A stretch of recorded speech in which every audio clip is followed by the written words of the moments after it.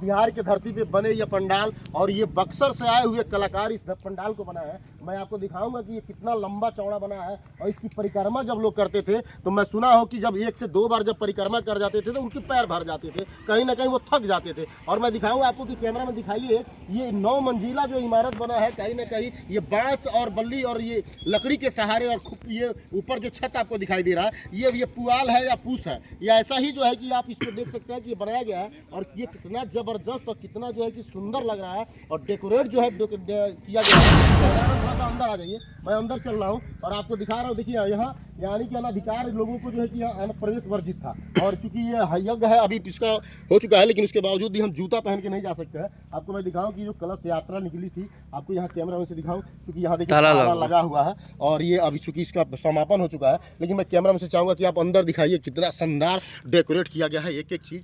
और ये देखिए पूरी चीज़ें जो है कि एक एक चीज़ यहाँ जो भी है हवन जितना हुआ है, आपको एक एक चीज़ मैं दिखा रहा हूँ कि ये चीज़ें जो है कि आप देख सकते हैं जगह जगह हवन कुंड बना है और यहाँ जो है कि हवन कराया जा रहा था। और ये कल ही जो है कि इसका समापन हुआ है। और ये समापन होने के बाद जो है कि आज लोग जो है कि साधु संत महात्मा जो थे कहीं ना कहीं आज विदाई कर रहे हैं। तो अपोजिट साइड भी चल रहा हूँ, वहाँ भी मैं आपको दिखाऊंगा कि आप देख सकते हैं कि कहीं ना कहीं आप ये लंबाई चौड़ाई देख सकते हैं कि भालुओं के पैरों में छाले न पड़े जब परिक्रमा कर रहे हो। तो ये बालू पे चलने से ऐसे ही होता है कि बालू नरम होता है और इस पे जो है कि पैरों में छाले नहीं पड़ते हैं। इस तरह का यहाँ व्यवस्था किया गया है। और मैं आपको दिखाऊं कि देखिए यहाँ 200 ये जो है कि वो किया गया है। और यहाँ सारी व्यवस्थाएं जो है ना कहीं पार्किंग होगा करने के लिए, साधु संतों के रहने के लिए हर जगह जो है कि अलग अलग व्यवस्था किया गया है। साधु संतों के रहने के लिए अलग व्यवस्था किया गया है। और जो है कि नेपाल से भी यहाँ साधु महात्मा जो आए थे, नेपाल देश से जो है कि यहाँ 1000 साधु संत भी आए थे और उनके रहने के लिए भी अलग बंदोबस्त किया गया था। और यहाँ दूर दराज से यूपी बिहार से जो भी यहाँ श्रद्धालु आते थे उनके रहने के लिए अलग व्यवस्था किया गया था। और संत महात्मा जो थे उनके लिए भी अलग अलग व्यवस्था किया गया। और काफ़ी बड़े पैमाने पर यहाँ जो है कि ये व्यवस्था दिखाई दे रहा है आपको। और चूंकि ये माहौल अगर ये जो जिस दिन ये कार्यक्रम चल रहा था उस दिन अगर आप देखे होते तो आपको लगता कि वास्तव में कहीं ना कहीं बहुत बड़ा विशाल कार्यक्रम यहाँ हो रहा है। लगभग हमको लग रहा है कि हजारों से अधिक टेंट यहाँ गिरे हुए हैं जिसमें लोग श्रद्धालु रहते थे और श्रद्धालुओं के रहने की व्यवस्था की गई थी।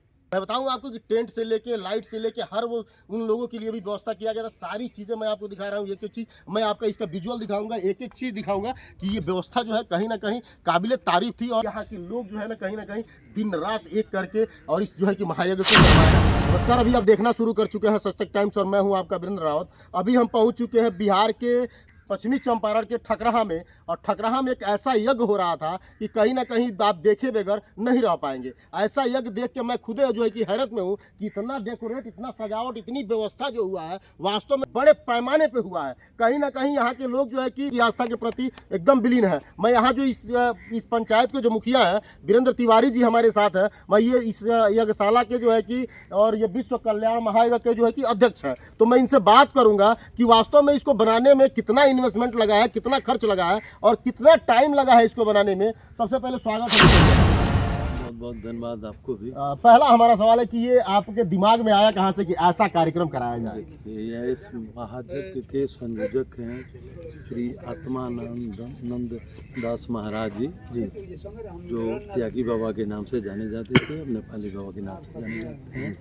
उन्हीं के सानिध्य में यह महायज्ञ संपन्न हुआ है। चतुर्मास सीताराम नाम जप महायज्ञ की पूर्व में 2023 में जब अयोध्या में प्राण प्रतिष्ठा जब भगवान श्री रामचंद्र जी की हुई थी उस समय हम भी भाग लिए।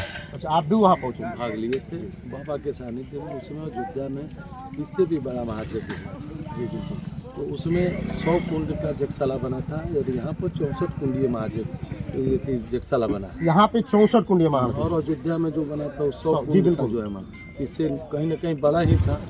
और उस 100 कुंडीय इथी में यज्ञशाला जो बना था उसमें मैं भी जजमान, मुख्य जजमान के तौर पर भाग लिया था। तो वहीं से प्रेरणा मिली कि इस तरह का महायज्ञ जो है अपने क्षेत्रों में भी होना चाहिए। और उसमें जो आचार्य थे वीरेंद्र जी, जो मनीषी जी के नाम से जाने जाते हैं, बनारस के हैं, बहुत बड़े विद्वान, और उनके बाणी में काफ़ी मधुरता, उनसे मैं प्रभावित होकर के कि मैं उनको अपनी धरती पर बुलाऊंगा, कहीं ना कहीं अपने बिहार के ये सोच नहीं था कि ये कार्यक्रम इतना बड़ा हो जाएगा।